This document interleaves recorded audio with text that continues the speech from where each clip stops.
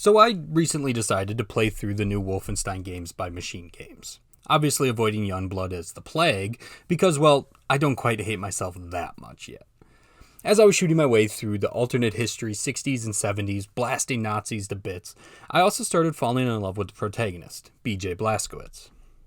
I had played these games before, but never made it to the end, so I was curious as to why I was connecting with the character so much more this time around. It was then that I realized that BJ fits perfectly into the warrior-poet character archetype. So, as one does, I decided to make a YouTube video talking about it. Just a warning though, there are spoilers in this video for Wolfenstein: The New Order, Wolfenstein: The Old Blood, and Wolfenstein 2: The New Colossus. So the warrior-poet archetype's genesis can be hard to pin down because of how ubiquitous it is across cultures and throughout time. Whether it is a woodblock print from ancient Japan or an Irish romance novel, the warrior-poet archetype can pop up and be built upon the same foundation. So let's look at that foundation. Now, the name warrior poet is obviously made up of two key components that reveal what it is all about. A warrior poet character has to be a warrior of some kind. They have been hardened and calloused by war, and are no strangers to the skills required to survive it.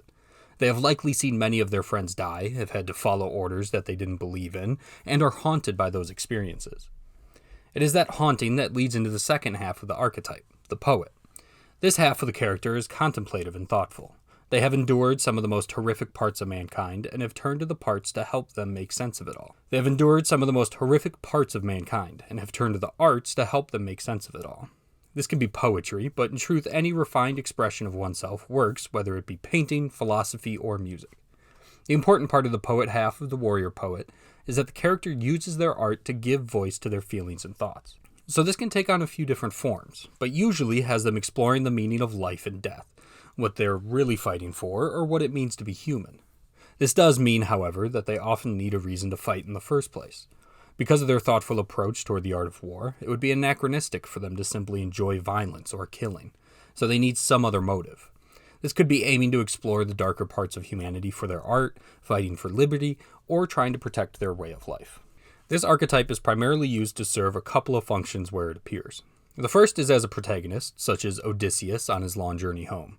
Having a warrior poet as the main character allows the stories to be exciting and filled with action, while having a main character that is thoughtful enough to reflect on it afterward and explore the story's themes at length. The second use is as the love interest of romances.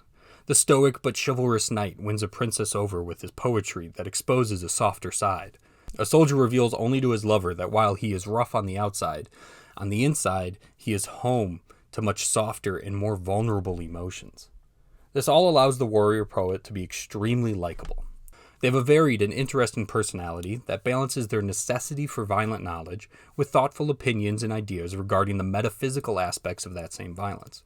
Their fellow warriors can like them because of their ability to express what they are all feeling, while civilians can also appreciate the warrior poet's ability to help them peer into something completely alien to them.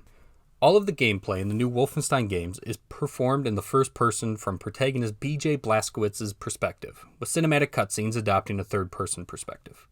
While the player is controlling BJ, they are privy to his thoughts, but they are left out during cutscenes. This gives players some insight into BJ's thoughts as he travels across the world fighting back against the Nazis in a post-World War II alternative history, where the Axis powers won the war. If we're going to see how BJ stacks up in comparison to the warrior-poet archetype, we can break it down into its two distinct parts, starting again with the warrior half of the equation. This part of the archetype is particularly easy to pin down, especially as BJ is the protagonist of a first-person shooter that sees him killing countless Nazis throughout the game's campaign. However, for the archetype to work, BJ needs to be an exceptionally skilled and experienced warrior. Luckily, the new Wolfenstein games offer players a power trip, fueled by flying viscera, gory melee kills, and dual-wielding any gun in the game, even sniper rifles. Throughout the games, it becomes abundantly clear that BJ is an incredibly prolific warrior, so much so that he becomes a demonized figure for the Nazis, who give him the moniker of Terror Billy. As players experience BJ's story, they repeatedly undertake missions with impossible odds and succeed where nobody else possibly could. In the standalone DLC The Old Blood, BJ even falls a giant mummy of ancient origins that the Nazis resurrected in an attempt to weaponize it. Apart from that, BJ also attacks the Nazi base on the Moon and Venus by himself, breaks out of captivity numerous times, and, in the end, manages to kill the top general of the Nazis and the game's antagonist, Frau Engel, on live television. That the best you got? Then your best won't do. You among wolves now.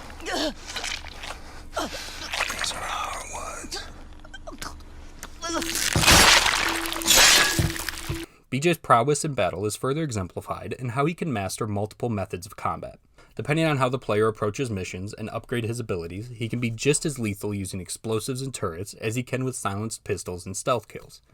At the start of Wolfenstein 2, he even slays an entire attacking force while confined to a wheelchair after waking up from a coma. Later on in Wolfenstein 2, BJ's abilities are further expanded by him getting a genetically engineered body, accompanied by 3 upgrades that allow him to squeeze into tighter spaces, raise himself up to reach high areas, and smash through metal grates with a shoulder charge. By the time players have reached the end of Wolfenstein 2, it is completely undeniable that BJ is an extremely capable and weathered soldier. So that leads us to the second half of the archetype, the softer poet core at the center of his personality. This aspect of the character is much harder to communicate during the explosive action of a first-person shooter like Wolfenstein, and in video games in general. The game's success in doing so is part of what helps make BJ such a special character. However, BJ does not actually produce any art like most characters that usually exemplify the archetype. Instead, he waxes poetically in an inner monologue, revealing his thoughts on the situations and events of the campaigns. The New Order starts with BJ participating in an attack on the fortress of a Nazi general named Death's Head. While the mission goes well at first, BJ and his allies were eventually captured, in particular, the rookie soldier Wyatt and grizzled veteran Fergus. When they are captured, the sadistic Death's Head forces BJ to decide which of his friends will be gutted in front of him. Now, this is obviously an unimaginably terrible situation to be in, and it has a massive impact on BJ. It is BJ's reaction to Fergus being killed, however, that shows how he satisfies the poet half of the archetype. After watching Death's Head ruthlessly slaughter Fergus, he uses a breathing exercise to try and stay calm before reflecting on how Death's Head's actions have introduced him to true cruelty.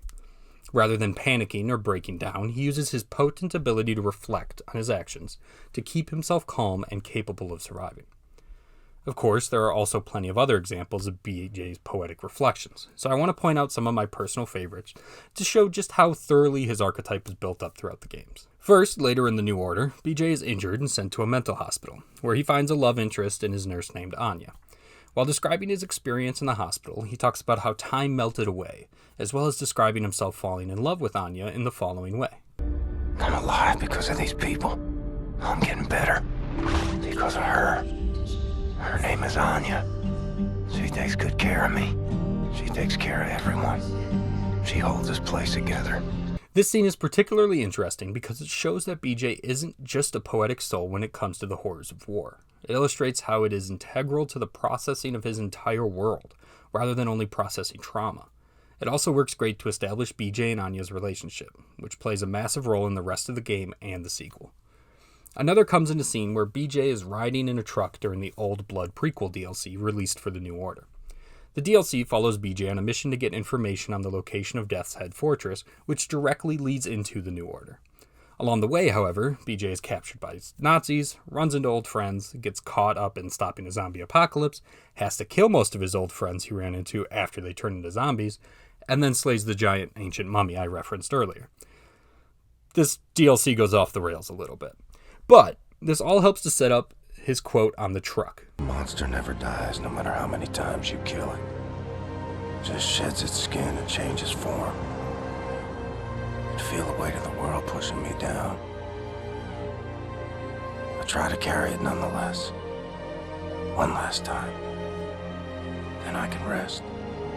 After everything that BJ has suffered and survived leading up to this point, this quote gives a really great insight into not only how much he is tired of the fighting, but also how he manages to continue moving forward, despite the seemingly insurmountable odds against him. Moving on to Wolfenstein 2, BJ begins in a terrible state, after nearly dying to blow up Death's Head's compound at the end of the New Order. Before the game begins, he has been in a comatose state for months, only to wake up with his group's submarine under attack by a Nazi strike force, which he has to fend off while contained to a wheelchair. After the fight, he is able to use a mechanical suit to help him return to his feet and get back to his favorite activity, brutally slaughtering Nazis. However, the suit allows him to continue fighting, but it doesn't actually heal him. BJ refuses to stop, though, as Anya is pregnant with twins, and he can't bear the thought of his children growing up in a world ruled by the Nazi Empire. To try and avoid worrying Anya any more than he has to, he decides to keep it a secret. However, he is very aware of the fact that he is slowly dying, even as he fights, which treats the player to internal monologues such as these as he wrestles with his mortality. How am I gonna tell her I'll be joining you, Caroline? Make her watch as I fade away. Maybe she already knows. Keeps pretending, like me.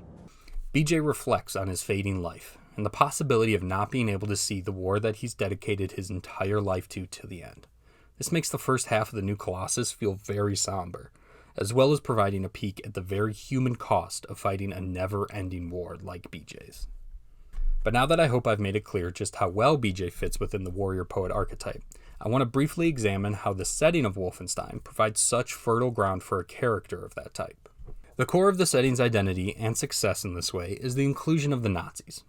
World War II and the villainy of the Nazis had never been matched in the world's history, making them the perfect antagonist faction. No reasonable person would ever feel bad about stopping the machinations of the Nazis, allowing BJ to be written as a vicious and effective killing machine while still being able to criticize those that he is killing. The games make an effort to illustrate just how sick the rule of the Nazis is throughout the campaigns, helping BJ's fulfillment of the archetype make a lot of sense. He needs to be as proficient and terrifying of a warrior as he is, to even make breaking Nazi rules seem plausible, while the horrors of his enemies provide plenty of space for him to reflect and be poetic about it. The omission of these elements likely would not cripple the entire archetype's presentations throughout the campaigns, but I think that it would have diminished how seamlessly and effective it is in its final form. The way that the newest Wolfenstein games gave more personality and interesting character to BJ helped make them carry a lot more emotional intelligence and impact than the vast majority of first-person shooters offer players. The use of the warrior poet archetype is particularly interesting, and helps the game flesh out BJ beyond just a human Nazi killing machine, making me and plenty of other players fall in love with him. Thanks for watching our video essay about BJ Blazkowicz. If you enjoyed the video, make sure to subscribe to catch more in the future. And if there are any more characters or games you'd like to see a close reading of, make sure to let us know in the comments below.